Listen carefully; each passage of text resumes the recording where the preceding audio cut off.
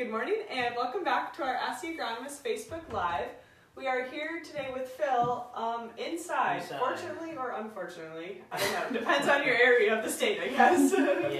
Yeah. I think the rains we've been getting, it seems like are a little too much in some areas. We wouldn't mind a little rain around here, but... Right, don't say that too loud. We don't want to make people angry. Yeah, it's a touchy subject right now. It is. Storms and storm damage, we've talked about hail damage and stuff, and we've had a lot of those reports coming in too. So. Right, yeah. So for now, as long as it, in moderation, I guess. Moderation. Everything is good in moderation. Yep. Okay, so we are here today inside. I'm going to be talking about rolling. Yeah, land rolling, a topic it seems like it comes up every year, and more prevalent each season. Right, yeah. All right, so let's just begin with why roll. So the question of why to roll, it seems to me like it's gaining in momentum. A lot more guys are doing it. I don't know that there's necessarily a trend or pattern on tillage types or anything, but a lot of guys are rolling primarily for harvest efficiency. So what the roller does, it does a really nice job of leveling the soil surface out. So pushing down rocks, kind of destroying root balls, and no tillage situations, kind of breaking off those stalks if your planter's not doing that. Basically leveling it out so that when your combine goes across and that header goes across it, you can put it down about as low as you can get it. Not be picking up rocks, not be picking up residue and throwing a bunch of dirt through the combine. So it's increasing the life of your combine with, I'm enjoying the thunder here, but I know, with the cost outside. with the cost of combines nowadays, that is a huge consideration why these guys are rolling, to keep the maintenance down on some of those, bringing rocks through and other things through the combine. So primarily it's harvest efficiency, to get things smoothed off so that you can set that cutter bar low and not have to worry about picking up things that you shouldn't be. Okay, so let's talk a little bit about the weight. I mean, those things are pretty huge. Well, you can get them really wide too. I could probably come bigger than 80 foot. I don't even know now. I know there's some pretty large ones out there. They can run pretty fast. Guys pull them really fast down the road. So, the weight of them really compared to a human being is almost nothing. They're around 3 psi. So if you think about that, generally, and we're going to talk about in-season rolling here today, generally the tractor itself is going to do the most damage. Because tractors are going to have a little more than that, not quite as much as a human. The average human's around 16 psi. Whereas this is only at 3, so you're thinking, oh, that's hardly nothing. That's true, but you gotta think about, this is a very large, flat, smooth surface roller. So there's some things to think about, especially in season. But in terms of some of the repercussions of that, even though it's not a lot of weight on the ground, the problem is it's kind of sealing the surface, and that's the calls that I typically get. Somebody's rolled, whether it's pre-plant, after plant, or they're waiting to do it, maybe in season or something. When you smooth that surface off, especially in a conventional tilled situation, what happens is you break down all those the soil aggregates that are there. You break those down just like the rocks and the root balls and everything. It's sealed, and then you get a little rain on top of that, and it really seals it good. And that's hard for those little soybeans when they push up that little hypocotyl, that arch that comes up, tends to break. Okay. Just like in a case with a really hard rain. So the worst combination that we get calls from is rolling in a really hard rain. Right. So and guys that do roll on conventional tilled have probably seen it before, but that terrible combination of heavy rains and rolling, the roller does make that soil more susceptible to not only rain but also wind erosion. You got to realize it's kind of creating micro channels, there where the planter went. And it even somewhat increases the depth of seeding because it's pushing all that soil down.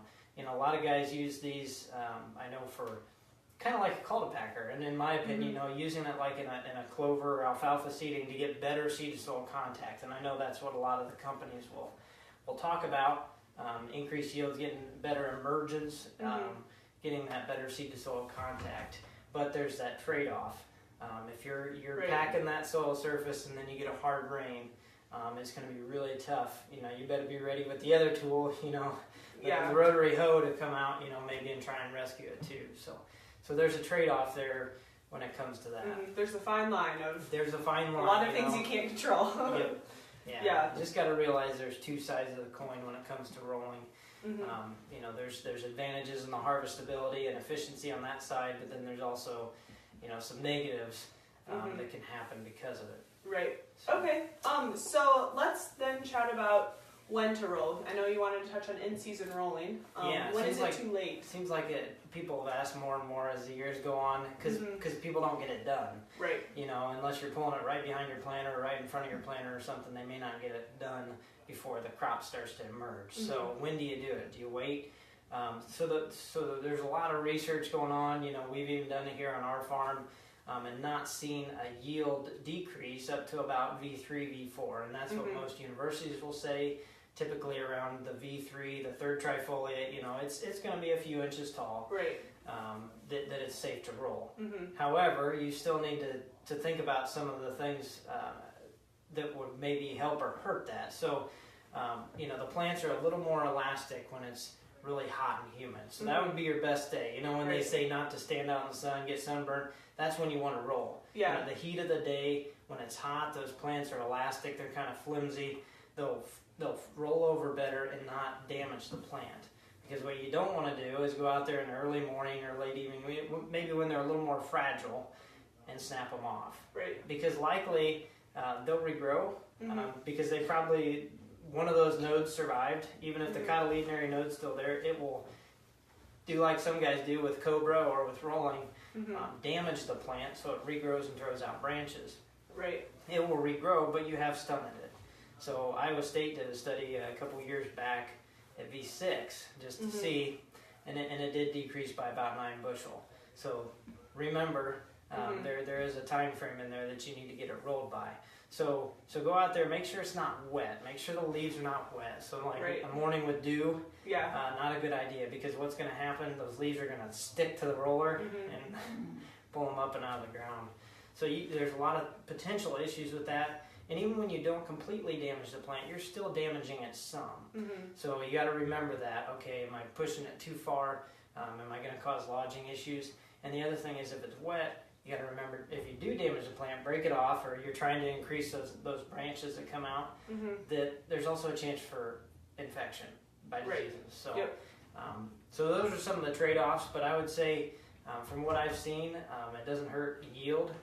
Looks really scary, but it doesn't hurt yield, and up to about the V3, even V4 time frame. I know some guys have pushed that envelope, but do it, you know, in the heat of the day when the plants are more elastic rather than rigid, so that they don't snap off. Okay, perfect. And then just one last question for you. Does type of landscape affect whether you can roll or not? You know, like I said, it seems like I've been seeing this more and more throughout the countryside as I go in different directions. You know, it's going to affect depending on the size of roller. Obviously, I've got some neighbors and stuff that have pretty large rollers. You're not going to be able to get those in valleys and stuff. Yeah. But that should be a consideration. That landscape and land type should be a huge consideration on whether you roll. If you're rolling, you know, highly erodible land or something with some kind of slope, you better be rolling no-till. You know, not something that's conventionally tilled. So. You know, all those things are considerations, but I am seeing them move further directions, you know. Now it seems like every time I drive back home or something, it seems like I see more and more. So there are more and more of them out there, and that's why we keep getting these kind of questions. So, you know, just make sure you keep it in mind as you consider that, whether it's in season or when, you know, when you want to, at planting. There's some considerations, hopefully, we gave you to think about. Yeah. All right. Sounds good. Well, thanks, Phil. We appreciate it. Yep. And thank you for our listeners for tuning in. Have a good day.